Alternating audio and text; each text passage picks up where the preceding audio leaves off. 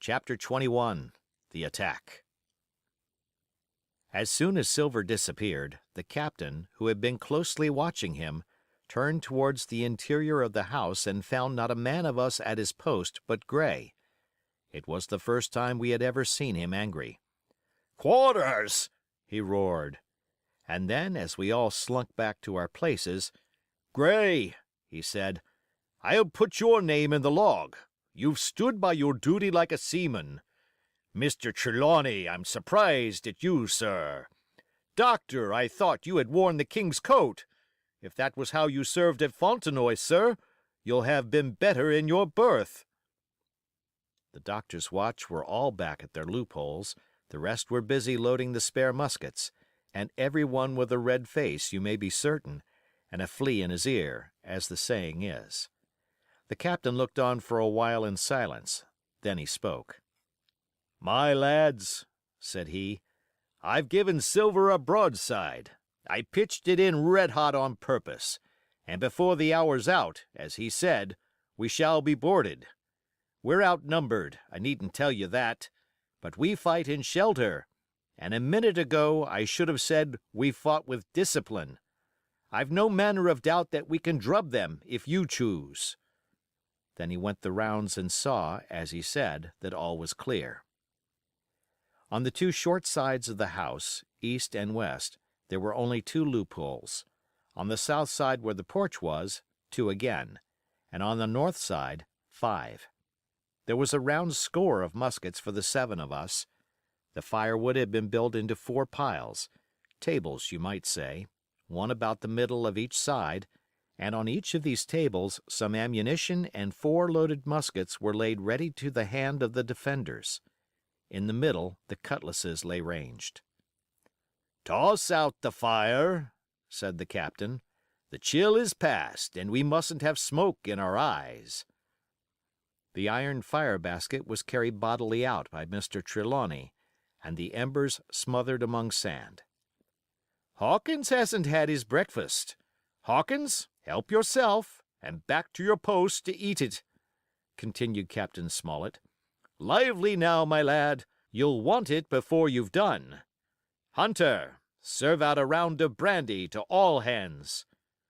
And while this was going on, the captain completed, in his own mind, the plan of the defense. "Doctor, you will take the door," he resumed. "See and don't expose yourself, keep within, and fire through the porch. Hunter, take the east side, there. Joyce, you stand by the west, my man. Mr. Trelawney, you are the best shot. You and Gray will take this long north side with the 5 loopholes. It's there the danger is. If they can get up to it and fire in upon us through our own ports, things would begin to look dirty. Hawkins, neither you nor I are much account at the shooting. We'll stand by to load and bear a hand." As the captain had said, the chill was past. As soon as the sun had climbed above our girdle of trees, it fell with all its force upon the clearing and drank up the vapors at a draught. Soon the sand was baking and the resin melting in the logs of the blockhouse. Jackets and coats were flung aside, shirts thrown open at the neck and rolled up to the shoulders, and we stood there, each at his post, in a fever of heat and anxiety. An hour passed away. "Hang them!" said the captain. "This is as dull as the doldrums. Gray, whistle for a wind." And just at that moment came the first news of the attack. "If you please, sir," said Joyce, "if I see anyone, am I to fire?" "I told you so," cried the captain. "Thank you, sir," returned Joyce with the same quiet civility. Nothing followed for a time, but the remark had set us all on the alert, straining ears and eyes, the musketeers with their pieces balanced in their hands, the captain out in the middle of the blockhouse with his mouth very tight and a frown on his face. So some seconds passed, till suddenly Joyce whipped up his musket and fired. The report had scarcely died away ere it was repeated and repeated from without in a scattering volley, shot behind shot, like a string of geese, from every side of the enclosure. Several bullets struck the log house, but not one entered, and as the smoke cleared away and vanished, the stockade and the woods around it looked as quiet and empty as before. Not a bough waved. Not the gleam of a musket barrel betrayed the presence of our foes. "Did you hit your man?" asked the captain. "No, sir," replied Joyce. "I believe not, sir." "Next best thing to tell the truth," muttered Captain Smollett. "Load his gun, Hawkins. How many should say there were on your side, Doctor?" "I know precisely," said Dr. Livesey. "3 shots were fired on this side. I saw the 3 flashes, 2 close together, 1 farther to the west." "3," repeated the captain. "And how many on yours, Mr. Trelawney?" But this was not so easily answered. There had come many from the north, 7 by the squire's computation, 8 or 9 according to Gray. From the east and west only a single shot had been fired.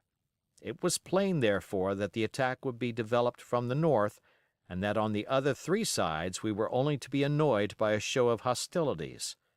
But Captain Smollett made no change in his arrangements.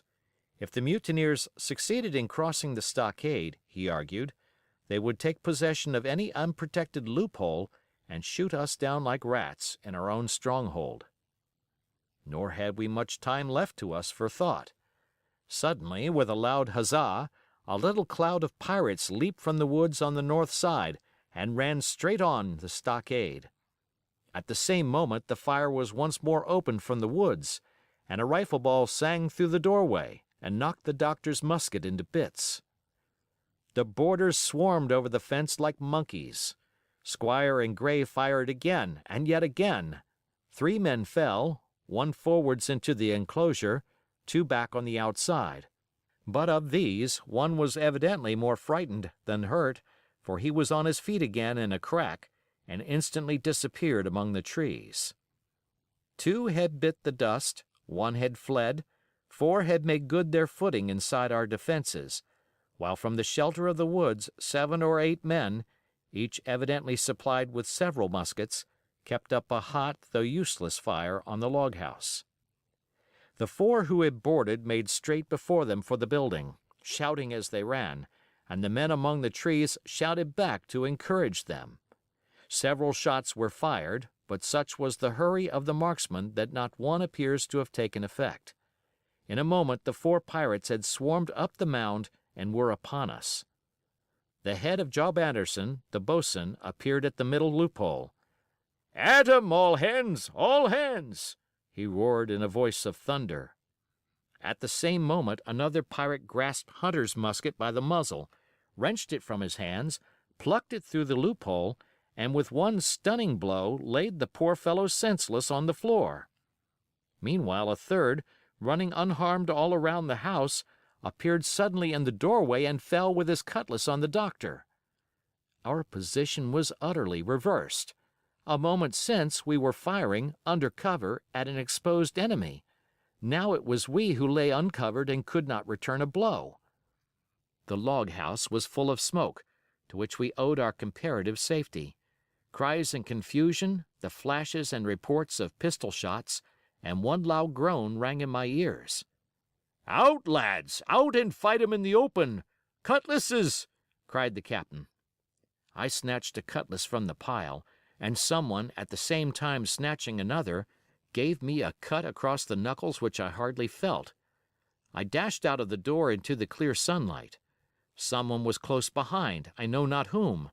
Right in front, the doctor was pursuing his assailant down the hill, and just as my eyes fell upon him, beat down his guard and sent him sprawling on his back with a great slash across the face. "Round the house, lads, round the house!" cried the captain, and even in the hurly-burly I perceived a change in his voice. Mechanically I obeyed, turned eastwards, and with my cutlass raised ran around the corner of the house. Next moment I was face to face with Anderson. He roared aloud, and his hanger went up above his head, flashing in the sunlight. I had not time to be afraid, but as the blow still hung impending, leaped in a trice upon one side, and missing my foot in the soft sand, rolled headlong down the slope. When I had first sallied from the door, the other mutineers had been already swarming up the palisade to make an end of us.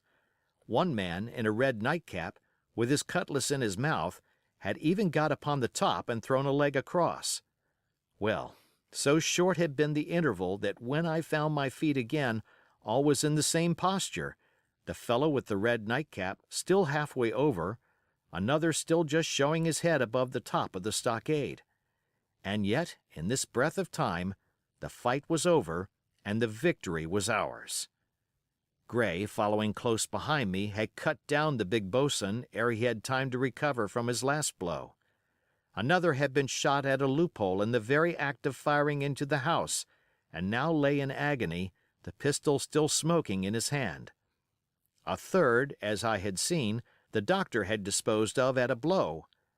Of the four who had scaled the palisade, one only remained unaccounted for, and he, having left his cutlass on the field, was now clambering out again with the fear of death upon him. "Fire! Fire from the house!" cried the doctor. "And you lads, back into cover!" But his words were unheeded. No shot was fired, and the last boarder made good his escape and disappeared with the rest into the wood. In 3 seconds, nothing remained of the attacking party but the 5 who had fallen, 4 on the inside and 1 on the outside of the palisade. The doctor and Gray and I ran full speed for shelter. The survivors would soon be back where they had left their muskets, and at any moment the fire might recommence. The house was by this time somewhat cleared of smoke, and we saw at a glance the price we had paid for victory. Hunter lay beside his loophole, stunned; Joyce by his, shot through the head, never to move again; while right in the center the squire was supporting the captain, one as pale as the other. "The captain's wounded," said Mr. Trelawney. "Have they run?" asked Mr. Smollett. "All that could, you may be bound," returned the doctor, "but there's 5 of them will never run again." "5!" cried the captain. "Come, that's better. 5 against 3 leaves us 4 to 9. That's better odds than we had at starting. We were 7 to 19 then, or thought we were, and that's as bad to bear." The mutineers were soon only 8 in number, for the man shot by Mr. Trelawney on board the schooner died that same evening of his wound. But this was, of course, not known till after by the faithful party. End of chapter.